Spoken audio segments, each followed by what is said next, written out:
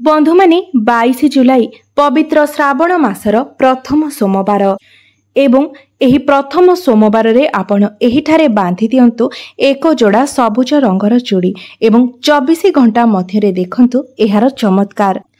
बंधु माने श्रावण मासटी भक्ति मर्यादा एवं एक पवित्र मास होइथाए। श्रावणर संपूर्ण मासटी रे भगवान भोलानाथ अत्यंत प्रसन्न मुद्रारे रहिथांती। एमिति माना जाई थाए कि श्रावणर संपूर्ण मासटी रे भगवान भोलानाथंकर पूजा पाठ करिबा द्वारा भगवान भोलानाथ बहुत शीघ्र ही प्रसन्न होइथांती। एही श्रावण मासटी भगवान भोलानाथंकर अत्यंत प्रिय मास होइथाए एवं एहार अनेक गुड़िए पौराणिक कथा एवं अनेक धार्मिक मान्यता मध्य रहिछि। सेथिपाई श्रावण मासरे जो माने श्रावण व्रत करिथांती सेमाने किछि नियम गुड़िकर मध्य पालन करिथांती।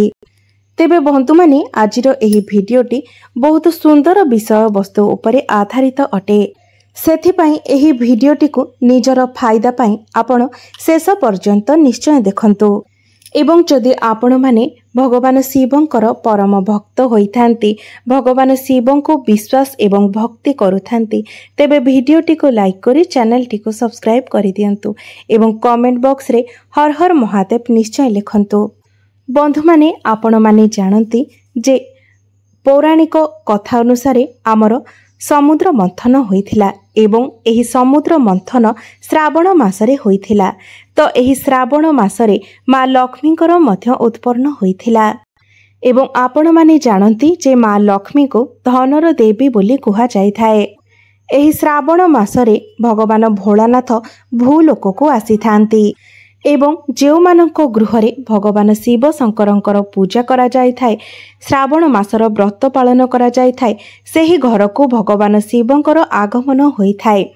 एही मासरे भगवान श्री विष्णु जोग निद्रारे चली जाइथांती एवं सृष्टिर संपूर्ण कार्यभार भगवान भोला शंकरंक उपरे रहिथाए।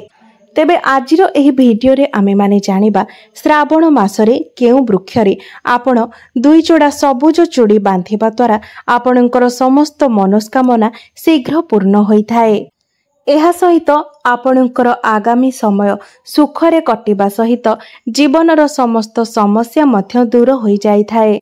बंधु माने भगवान भोला शंकरंकु तीनोटी गछ अत्यंत प्रिय होइथाए एवं एही तीनोटी गछ को पूजा करिबा आपणको भगवान भोला शंकरंकु पूजा करिबा सह समान फल प्राप्ति होइथाए।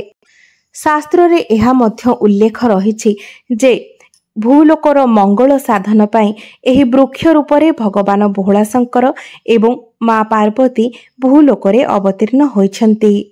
बंधु माने सबुज रंगटी को सौभाग्य एवं उल्लासर प्रतीक बोली माना जाइथाए जहा आमर मन को शीघ्र आनंदित करिथाए। सबुज रंग को प्रकृतिर स्वरूप बोली माना जाइथाए एवं माँ पार्वती ही प्रकृति अटंती एवं भगवान भोला शंकरंकु पुरुष बोली माना जाइथाए। श्रावण मासरे भगवान शिव शंकरंकु चढ़ा जाउथिबा बेलपत्र दुब एवं भांग ए सबु किछि सबुज रंगर होइथाए। भगवान भोला शंकर सबुज रंग द्वारा अति शीघ्र ही प्रसन्न होई जाइथांती। श्रावण मासरे जेउ नारी सबुज रंगर चूड़ी पिंधि थांती सबुज रंगर वस्त्र धारण करिथांती सेही नारी को अखंड सौभाग्य प्राप्ति होइथाए। सेथिपाई कुहा जाइथाए कि सधवा नारी माने एही श्रावण मासरे सबुज रंगर वस्त्र एवं सबुज रंगर चूड़ी धारण करिबा उचित। विशेष करी जो माने श्रावण व्रत करिथांती सोमवारर व्रत पालन करिथांती से माने विशेष करी सबुज रंगर वस्त्र धारण करिबा उचित। आपण माने केबे भी लाल रंग किंबा कला रंग एवं धला रंगर वस्त्र धारण करंतु नाही। एही रंग गुड़िक द्वारा महादेव क्रोधित होई जाइथांती। तेबे बंधु माने सबुज रंगर चूड़ी बांधिबा उपायटी जदि आपण केवल गोटिए सोमवार भी करिनियंती तो आपणकर जन्म जन्मांतरर दारिद्र्यता गरीबी दूर होई जाइथाए एवं आपणकर समस्त मनोस्कामना मध्य पूर्ण होई जिवो। तो बंधु माने प्रथम वृक्षटी हेउची शमी वृक्ष। ध्यानर सहित आपण एही शमी वृक्ष विषय रे सुनंतु। शमी वृक्षटी को भगवान भोलाशंकर एवं माँ पार्वतींकर मिश्रित स्वरूप बोली माना जाए। सेथिपाई शमी वृक्ष को उमा महेश्वर वृक्ष बोली मध्य कुहा जाए। संपूर्ण श्रावण मासरे शमी वृक्षरे भगवान भोलाशंकर एवं माँ पार्वतींकर बास होइथाए बोली माना जाए। श्रावण मासरे आपण संध्या समय छुईबा द्वारा आपणकर समस्त पाप दोष कष्टर निवारण होइथाए। एहा छड़ा श्रावण मासरे जदि आपण शमी वृक्षर मूलरे कंचा क्षीर अर्पण करती तो आपणक उपरे भगवान भोलाशंकर अति शीघ्र ही प्रसन्न होइथांती। एहा सहित आपणको माँ पार्वतींकर आशीर्वाद मध्य प्राप्ति होइथाए। बंधु माने जेतेबेले भगवान रामचंद्र लंका उपरे आक्रमण करथिले तो ता पूर्वरु भगवान रामचंद्र शमी गछर पूजा करथिले। पांडव माने मध्य निजर दिव्य अस्त्र शस्त्र गुड़ी को शमी गछ निकटरे लुचाईकी रखुथिले। जेउ गृहरे शमी वृक्ष रहिथाए सेही गृहर अनेक कल्याण साधित होइथाए एवं सेही गृहरे समस्त प्रकारर भौतिक सुखर मध्य बास होइथाए।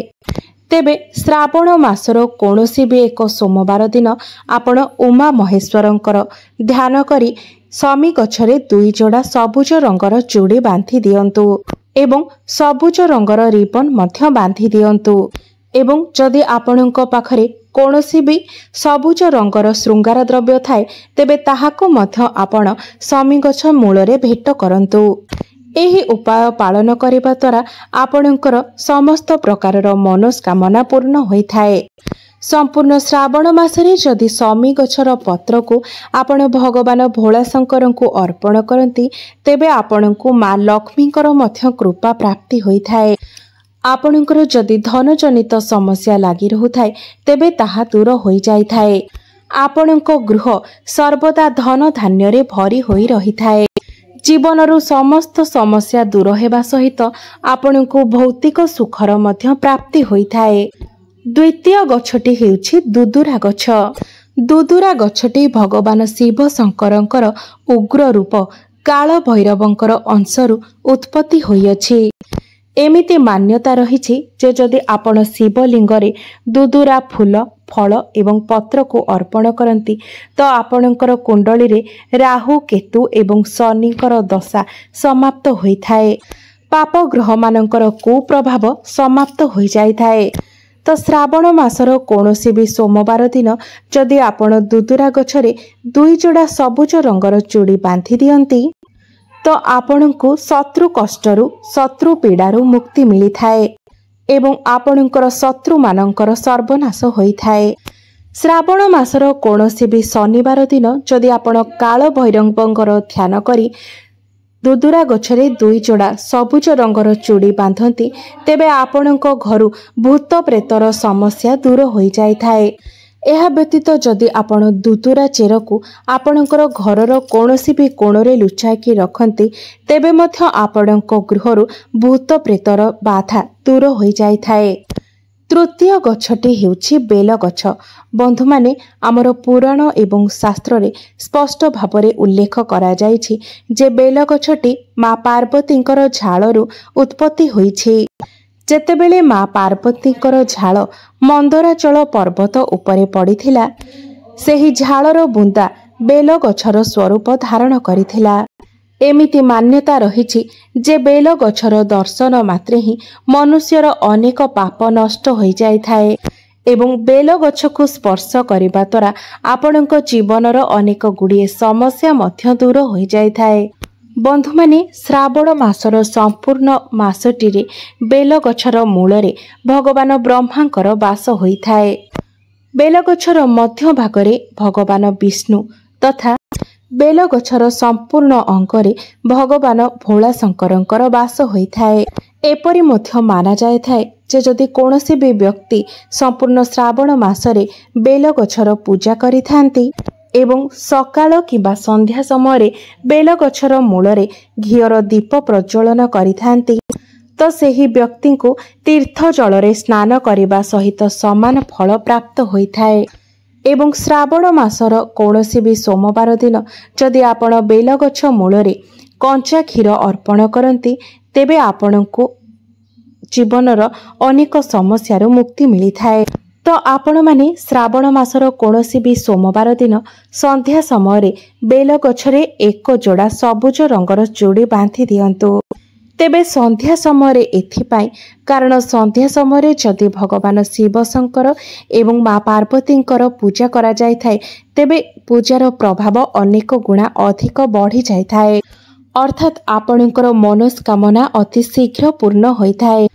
तो संध्या समय आपण बेलगछ मूलरे एक घीर दीप प्रज्वलन करी तापरे बेलगछरे एक जोड़ा सबुज रंगर चूड़ी बांधि दियंतु। देखिबे बहुत शीघ्र ही आपणकर मनोस्कामना पूर्ण होइजिबो। एवं श्रावण मासरे जेतेबेले आपण प्रभु भोला शंकर को बेलपत्र अर्पण करुछंती कम से कम 5टी पत्र को संपूर्ण भावरे परिष्कार करी धला चंदन रे सेही पत्र उपरे श्री राम लेखि सेही पत्र को भगवान भोला शंकर को अर्पण करंतु।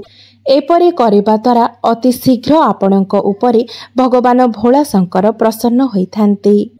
तो बंधु माने श्रावण मासरे एही 3टी वृक्ष मध्यरु कोनोसी भी गोटिए वृक्षरे आपण बांधि दियंतु एक जोड़ा सबुज रंगर चूड़ी। अति शीघ्र ही आपणकर मनोस्कामना पूर्ण होइजिबो एवं आपणको भगवान शिव शंकरंकर विशेष कृपा मध्य प्राप्ति हेबो। तेबे बंधु माने मोर एही भिडियोटी जदि आपण माननको भलो लागि थाए तेबे भिडियोटी को लाइक करी चैनल टी को सब्सक्राइब करि देबे एवं कमेंट बॉक्स रे भक्ति एवं श्रद्धार सहित हर हर महादेव निश्चय लिखिबे।